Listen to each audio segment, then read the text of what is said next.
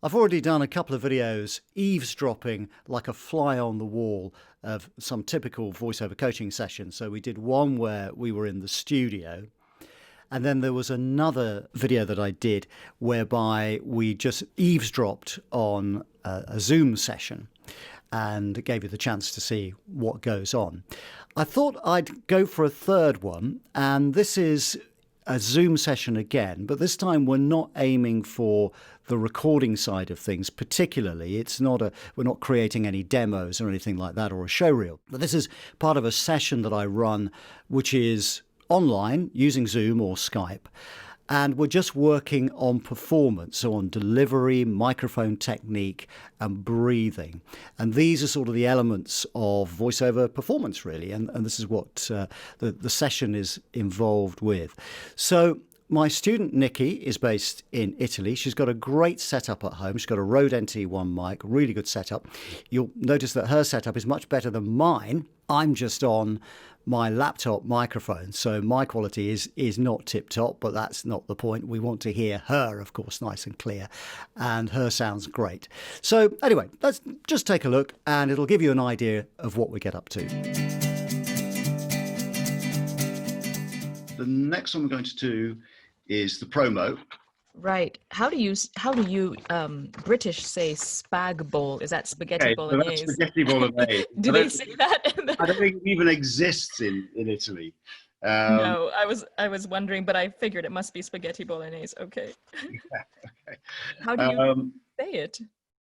Yeah, so spag, but you can say, I suppose, that the sort of more, I know Americans would call it spaghetti and meatballs, they would say, but feel free to say spaghetti bolognese or whatever, or your favorite pasta dish there.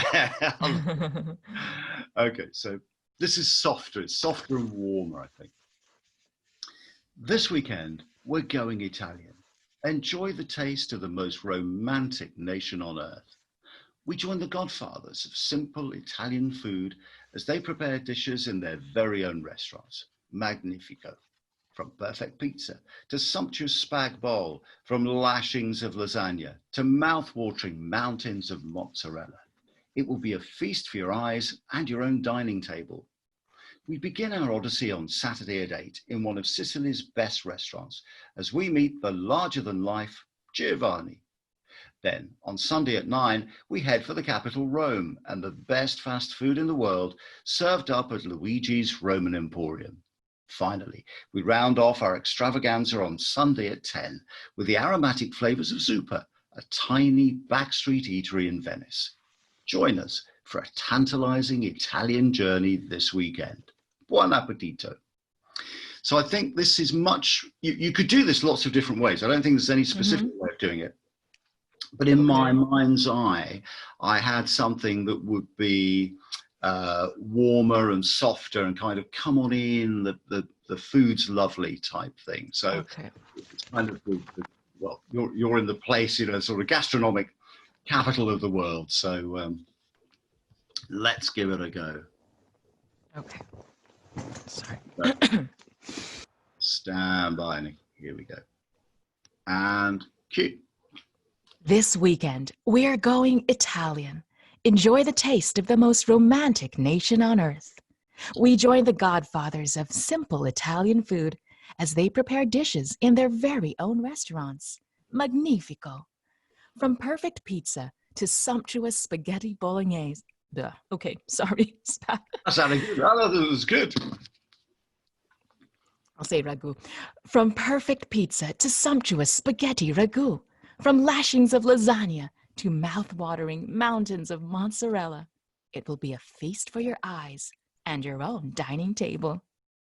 We begin our odyssey on Saturday at 8 in one of Sicily's best restaurants as we meet the larger-than-life Giovanni. Then on Sunday at 9, we head for the capital, Rome, and the best fast food in the world, served up at Luigi's Roman Emporium. I'm running out of breath there. I'm just gonna. Can I repeat the last one? Nikki, don't worry about the breathing. You feel free to breathe, because if you were recording this in the studio, you would just. I'll just pause that. You would just stop or take a breath, and then when you listen back, you could just edit those breaths out. So Right. don't Right. worry about the breath. And of course, breathing is a sort of self-fulfilling prophecy. So if you become concerned about your breaths, that's all you concentrate on, and you don't concentrate on the reading. So if you were with a friend, you wouldn't suddenly think, we've spoken for a couple of minutes now, and I'm about to take another breath. I better work out how much I can say. It'd just come naturally, wouldn't it? Yes.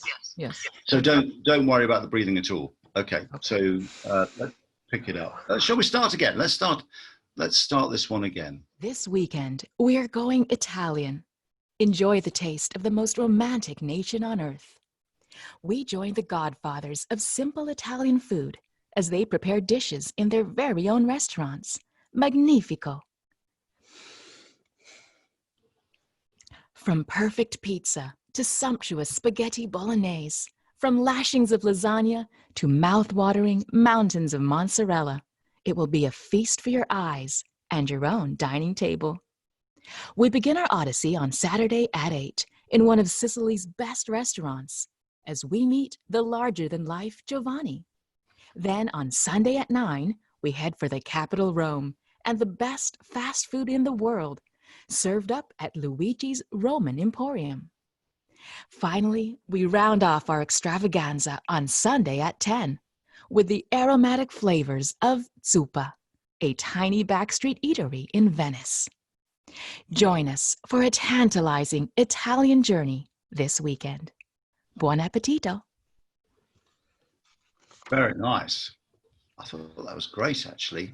Really good. And so much better than that first one. I think just taking that pause to regroup worked well.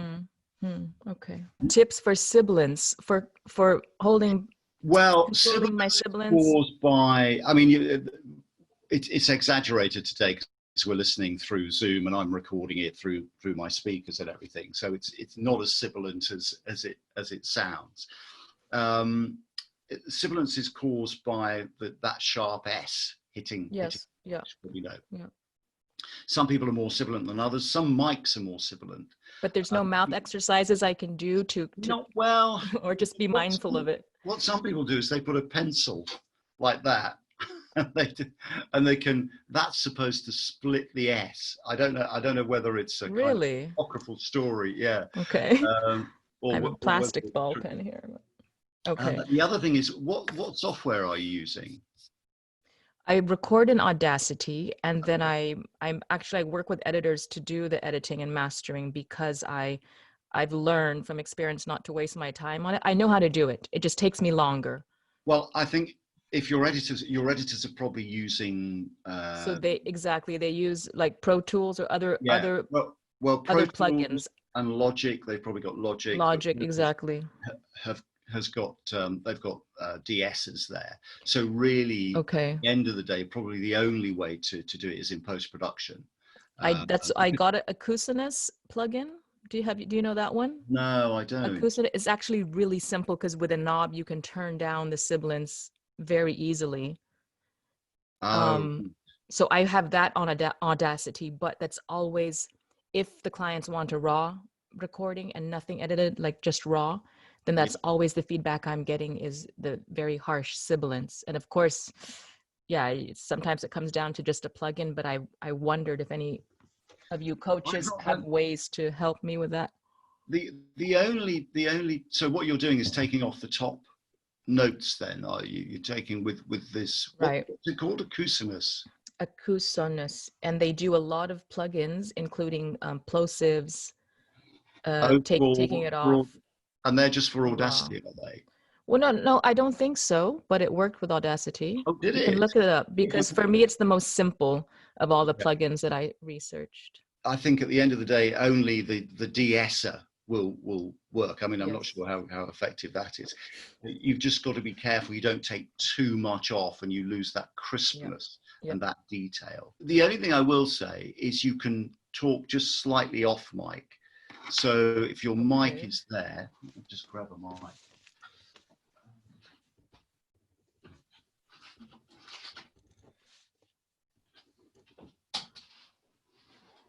So if your mic is here, like yours, and normally you'd be talking like that, wouldn't you? Sometimes you can just talk slightly over the top, see what that does. So rather than talking directly into it there, just slightly over the top. You've got to be careful you don't go off mic. You might go off mic there. Right. I think your mic would need to be more perpendicular. Would need to be more, yes. Yeah, I need to so fix this sort of straight up this way. Yeah, and then you can try it and you might have to adjust your pop shield. They've got those very cool. Right. Okay, I need to adjust this better. My arm is falling. Yeah, but just going slightly, that's it. Okay, well, okay, for now. Yeah, if you talk slightly over the top, over the top. Okay. So your voice is just skimming the top there. But also the other thing you can do for sibilance anyway is just turn very slightly to the left or to the right. So you can go off mic very quickly, so be careful. But if the mic's there, you can then just talk very slightly that way, and that should soften the sort of sharp. Do you mean you're turning, or no, not your mic? So I'm quite sort of like static. Your mic's exactly like that, but you're just talking slightly off axis, they would call it. So just going slightly there, but obviously because it's working on this heart-shaped pattern, this cardiac pattern, right, okay.